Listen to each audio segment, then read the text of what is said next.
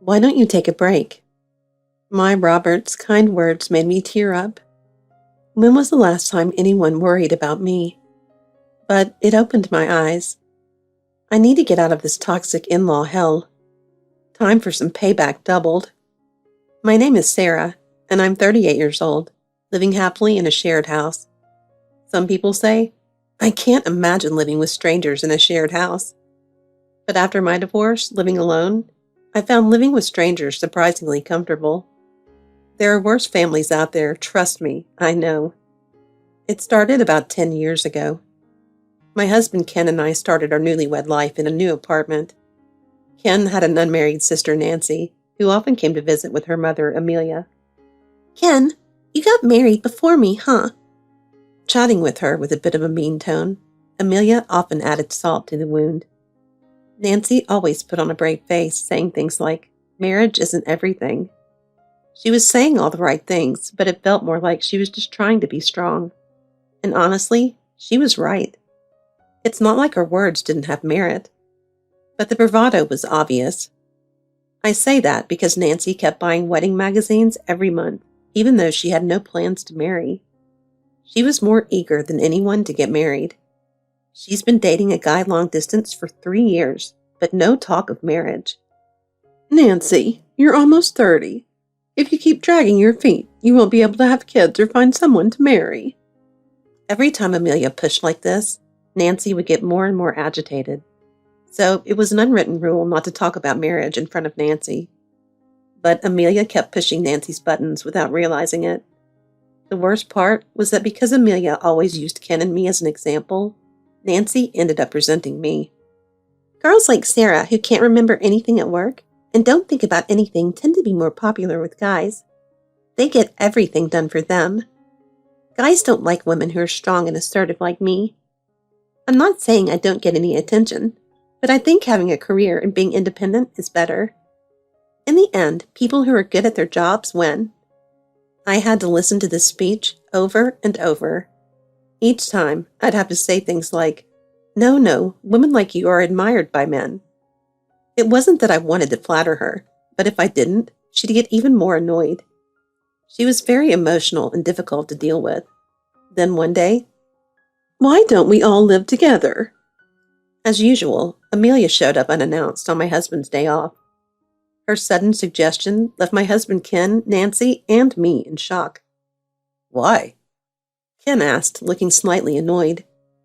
We see each other all the time anyway, don't we? That's because they kept barging into our house, not because we were agreeing to it.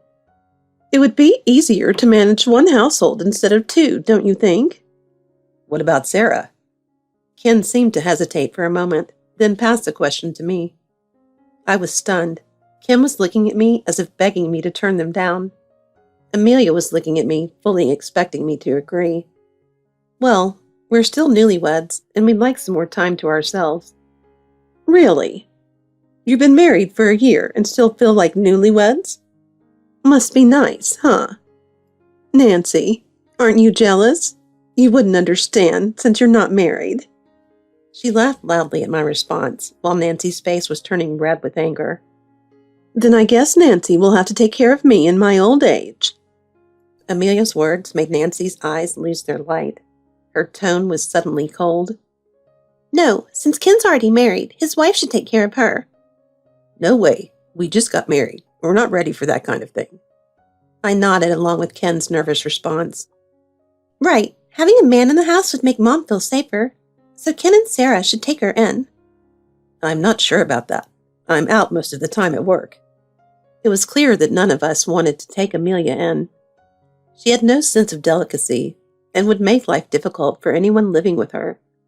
Nancy hated that part of her mother, but she was still living at home. Since I was a housewife, I could technically take her in, but I really didn't want to. I hoped to avoid the situation somehow, but Nancy jumped in, pushing the situation. I bet Sarah doesn't want to live with Mom because she's a stranger to her. She's your Amelia, after all. Who wouldn't find that annoying? I was at a loss for words and could only look at Ken for help, but he avoided my gaze. Wow, I thought we were on the same page about not wanting to live with Amelia. but I felt like I was left to fend for myself. With a smug look, Nancy continued her tirade. Since Ken and Sarah don't want to, they should be the ones to live with Mom. She seemed delighted at how things were unfolding. I thought I was good to you, but I guess you're just an ungrateful daughter-in-law. From that day on, my relationship with Amelia deteriorated even further. One day, she came over unannounced and said, I'm hosting a party, and I need you to think of some dishes for me to serve. A party? Serving dishes? Do you mean I should cook for this party? Of course. Why would I do that? That doesn't make any sense. Technically, you'd be cooking, but Mom will take credit for it. Wait, what? I don't understand. You'll make the food, and I'll say I made it. And we'll host the party here, in your house. Huh? Do you have a problem with that? No problem at all. Really, Ken? Couldn't you at least put up some resistance? Great, then it's settled. It was clear I had no say in the matter. A week later, Amelia hosted a home party, inviting 5 friends to our house. She told her friends she lived with her son and his wife. During the party, she bragged about how she had reluctantly moved in with us, but we insisted. She boasted about how protective we were of her. Meanwhile, her friends were complaining about how their children never visited them. It was clear the party was just Amelia's way of showing off. Whether intentional or not, it seemed petty. They praised her cooking, which was actually my cooking, and envied her for having such a close family. The second party never happened, probably because her friends were just humoring her. But that didn't stop Amelia and Nancy from staying over more and more. Soon they practically moved in. Ken would complain to me about it when we were alone, but he never said a word to them. I felt completely isolated. This wasn't what I imagined married life would be. One day, Nancy came home from work with exciting news. Big news! What's going on? I'm getting married! Oh, congratulations! Even though I was surprised, it was clear from Nancy's expression how much she wanted to get married. She was beaming with joy, as if a heavy burden had been lifted. Well, at least Nancy would be moving out, I thought, feeling a sense of relief. We're going to have a little get-together to introduce my fiancé. Wait, you mean here? I immediately realized I was asking a foolish question. So, Sarah, could you prepare the food for the party? Here we go again, I thought, feeling my knees buckle with disappointment. Wouldn't it be better if you cooked, since it's your fiancé? Oh, I can't cook. Ken, did you know that? Didn't you?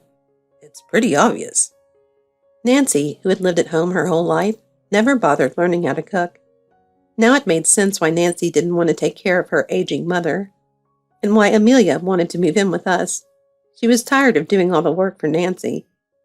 The pieces of the puzzle were finally coming together. I felt despair looking at this dysfunctional family.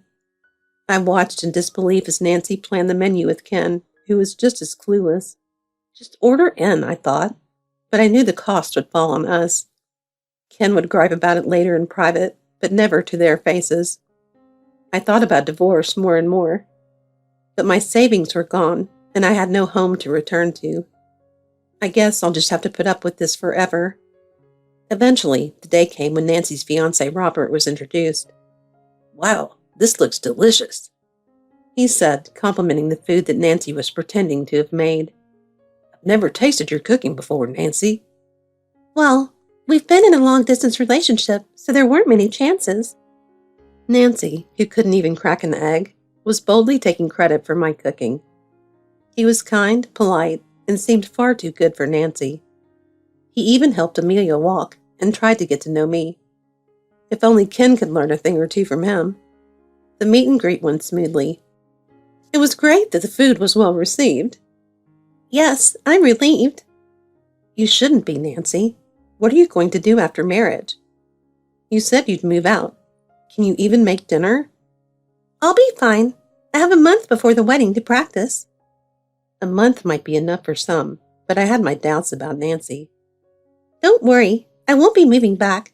My husband won't want to let me go. Please don't come back, I silently prayed. shortly after, Nancy got married and left our house. I hoped things would get easier, but I was wrong. Sarah, take me out. On a Saturday morning, Amelia was pestering Ken, who was still in bed. I'm tired. Just leave me alone. You always say that. Whatever. Sarah, take me out. I was expecting this. Amelia hated staying in. I thought she'd ask one of us to take her out since Nancy was gone. I'm not feeling well today. I don't care. That's harsh. Families should be fair. If your health is prioritized, my desire to go out should be respected too. I'm really not feeling well. I'm nauseous and have a headache. It's just a cold. Rest and you'll be fine. Should I just sleep then? Who's going to do the chores? You talk about fairness, but never consider doing your part. You're just weak. Don't exaggerate. I've never heard of a cold being cured by spitting on it. Just talking to her made me feel worse, so I ignored her. Car, now. I kept ignoring her. Ken, your wife is useless. You're making Mom upset, and I'm getting annoyed. Why don't you handle her? You're her son. You should take her out of the house for disrespecting my mom. I was left outside for 30 minutes. I took a walk and then came back, and he let me in as if nothing happened. What's your problem? I didn't even bother to argue. My condition got worse, and I started getting fevers every day. I just didn't have the energy to argue anymore. About a month after Nancy moved out, since we didn't have a wedding, let's celebrate Mom's birthday together as a family. Everyone was excited, discussing what to prepare for the party. I'm sorry, but... What? I'd like to skip the celebration because I'm not feeling well. You've been saying that forever. You're lying. I'm not lying. The doctor couldn't find anything. See, you're faking it. Since you're lying, you'll be responsible for all the chores during the celebration. And so, I ended up not only attending, but also managing everything. Thanks for having me. I'm looking forward to Sarah's cooking. You're welcome. Sarah, aren't you going to eat? I'm fine, thank you. You should join us. It's a family event after all. No, really, I'm okay. Don't be silly. Come sit with us. I don't know how to relax anymore, I thought. I'm so used to doing all the work. The concern in his eyes made me burst into tears. Sarah, what's wrong? I'm sorry. It's just... No one's been this kind to me in a long time. Let's get some fresh air. Thank you. Why don't you tell me what's really going on? I don't know where to start. I began to tell him everything. This is unacceptable. Before I knew it, he was marching back inside. What kind of house is this? How can you all sit here drinking when Sarah is suffering? Everyone was shocked by his sudden outburst. What did you tell him, Sarah? Just the truth. Nancy, you've been having Sarah make all your food, haven't you? She wanted to. You've been lying to me this whole time. What? No, And you, Ken, why are you letting your wife be treated this way? That's none of your business. It is now. I've decided to divorce Nancy. Everyone was stunned. Wait, what? Why? You lied to me. That's all you care about? I'm done. What about me? Nancy will take care of you. Really? No way. I'm divorcing Ken. My words left Ken and Amelia stunned. What are you saying, Sarah? Are you joking? Who's joking? I snapped, raising my voice for the first time. They were surprised, as I usually didn't raise my voice. I'm done being treated worse than a servant here. Even maids get paid. I don't get a cent here. If this family were subject to labor laws, you'd be in big trouble. That's ridiculous. Is it? You've woken me up in the middle of the night to help you look for things, yelled at me for breakfast being late. You've ignored my feelings, imposed your wishes on me, and got angry when I refused. This house has no respect for my rights. Even prisons offer more rights than this. It's like a forced labor camp. I wasn't that bad. When Ken was in a bad mood, he'd yell at me. Both mother and son always claimed they weren't to blame. They disgusted me. Who cares who's to blame? I can't stay in this awful family anymore. I want a divorce. I glared at Ken and Amelia, feeling a strength I hadn't before. Stay strong, Sarah. I finally felt validated. Are you serious? Then I'll have to live with Mom alone. Well, Ken, you'll just have to take care of me in my old age. Ken seemed to hate the idea and muttered, "Give me a break." Don't treat me like a burden. Don't worry about it. Nancy will take care of Amelia. Oh, does that mean you'll live with me too? No, let's not do that. Why not? I'm divorcing Nancy too. What? Nancy looked shocked. Wait, why? If Sarah divorces and you can't cook, then I'm not about to eat store-bought meals every day. I don't want to work just to pay for groceries. Even Amelia couldn't argue against that. You mean your love for me is so weak that it fades just because I can't cook? I don't like people who lie, and you lied about your cooking from the start. Nancy's face turned pale as the truth sank in. This is so unfair. But he stood firm, showing no sign of backing down. Amelia and Ken also seemed to understand there was no point in arguing. The event, which was supposed to be a birthday celebration and wedding reception, ended up being a double divorce announcement. After that, I divorced Ken and got a share of the assets. I kept the house, and Ken returned to his parents. It seemed like things were settled, but life after the divorce was challenging. The lawyer Robert recommended suggested I see a therapist, and it turned out I had a mental illness caused by stress. I was able to claim damages from Ken for emotional distress. Around the same time, Nancy and her husband divorced as well. They had lived in a house owned by his family, so Nancy was left without a place to live. She moved back in with her parents. But a few months later, Nancy was cautioned by the police for trespassing at her ex-husband's home. Apparently, she had been stalking him, hoping to reconcile. She wasn't arrested, considering it was her first offense and he was her ex-husband. But the incident became known at her workplace and among neighbors, and soon, Nancy, Ken, and Amelia couldn't stay at their home anymore. Instead of living separately, the three of them decided to move together and start anew. Both Nancy and Ken had to change jobs, but finding new employment wasn't easy. It was a time of economic downturn, and even new graduates were struggling to find jobs. My ex-husband, who had only worked in odd jobs, found it even harder. After a stint at a black company, he quit again. He couldn't even keep up with the monthly alimony payments. Still, I managed to get the money from him. Nancy, for some reason, managed to find a job more easily. She tried to remarry, but kept failing.